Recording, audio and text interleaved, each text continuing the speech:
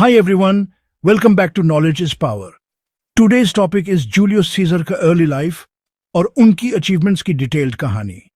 Julius Caesar का नाम history के सबसे बड़े और इम्पैक्टफुल लीडर्स में शुमार होता है। रोम के पॉलिटिकल और मिलिट्री लैंडस्केप में उनका अहम योगदान था। आइए सीजर की अर्ली लाइफ और उनकी अचीवमेंट्स पर एक नजर डालते हैं।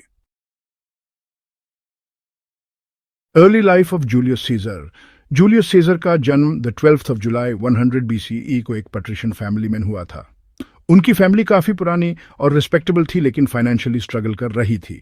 सीजर के ये फादर का नाम भी जूलियस सीजर ही था और उनका एक इन्फ्लुएंशियल पोजीशन में होना काफी जरूरी था।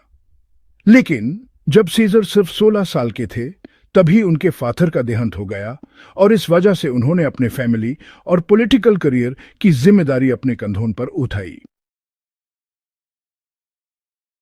पॉलिटिकल करियर की शुरुआत। सीजर ने अपने पॉलिटिकल करियर की शुरुआत यंग एज में की। उन्होंने मिलिट्री और पॉलिटिक्स दोनों में अपना करियर बनाने का सोचा।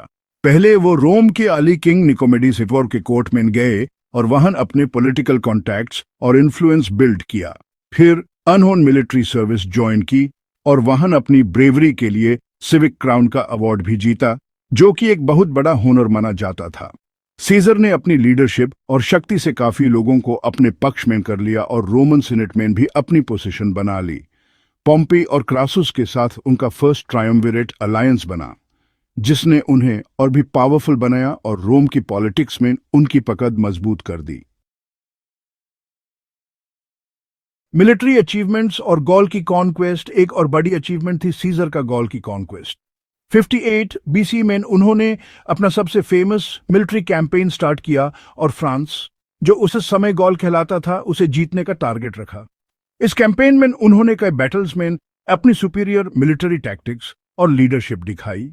बैटल ऑफ अलेसिया में उन्होंने एक मैसिव विक्ट्री हासिल की, जो आज भी मिलिट्री हिस्ट्री का एक इंपॉर्टेंट लेसन माना जाता है। गॉल को जीतकर सीजर ने रोम की टेरिटरी को काफी बढ़ा दिया और अपने पॉलिटिकल और मिलिट्री करियर को भी सॉलिडिफाई किया। इसके बाद सीजर एक नेशनल हीरो बन गए और उनकी पॉपुलैरिटी लोगों के बीच और भी ज्यादा बढ़ गई। जब सीजर रोम वापस आए तो उन्होंने पॉलिटिकल और सोशल रिफॉर्म्स की शुरुआत की। 44 BCE में उन्हें डिक्टेटर फॉर लाइफ का टाइटल दिया गया, जिससे उन्होंने कुछ बड़े बड़े रिफॉर्म्स इंप्लीमेंट किए। इन रिफॉर्म्स में इंक्लूड था जूलियन कैलेंडर का इंट्रोडक्शन, जो मॉडर्न कैलेंडर सिस्टम्स का बेस बना। लैंड रिफॉर्म्स, जो फार्मर्स और पुअर सिटीजन्स को बेनिफिट देने के लिए डिजाइन किए गए थे। सीनेट में मेंबरशिप इंक्रीज करना ताकि ज्यादा लोग रोम की पॉलिटिक्स में हिस्सा ले सकें। सीजर ने अपने टाइम में रोम की बाउंड्रीज को और भी एक्सपैंड किया।